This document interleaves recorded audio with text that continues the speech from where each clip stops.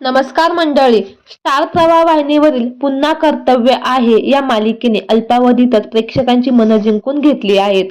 मालिकेतील वेगळ्याच धाटणीच्या कथानामुळे या मालिकेला प्रेक्षकांनी भरपूर प्रेम दिले आहे. मालिकेत वसुंधरा हे पात्र अक्षया हिंदळकर हिने साकारले आहे. वसुंधराच्या पाठीशी खंबीरपणे उभा राहिलेला आकाश सर्वांचे मन जिंकून घेतोय. हे पात्र अभिनेता अक्षय म्हात्रे यांनी साकारले आहे. मात्र एका मालिकेदरम्यान अक्षया हिंदळकर हिच्यावर जीव घेण्या प्रसंग घडला होता. तर काय आहे संपूर्ण माहिती जाणून घेऊ. तत्पूर्वी आपल्या सफर ताऱ्यांची या यूट्यूब चॅनलला सबस्क्राईब केलं नसेल तर नक्की करा. अक्षया हिंदळकर हिचा खूप मोठा अपघात झाला होता. यावर तिने स्वतःच भाष्य केले होते.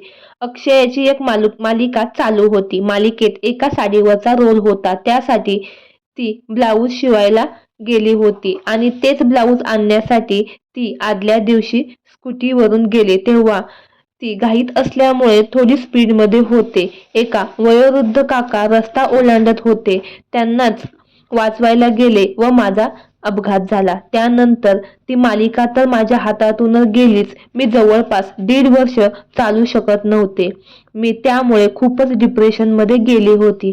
पण आई वडिलांचं निरागस प्रेम काय असतं हे त्यावेळेस मला कळलं. मला चालताही येत नव्हतं, बाथरूमपर्यंत जाताही येत नव्हतं. तेव्हा माझे वडील मला बाथरूमपर्यंत उचलून घेऊन जायचे.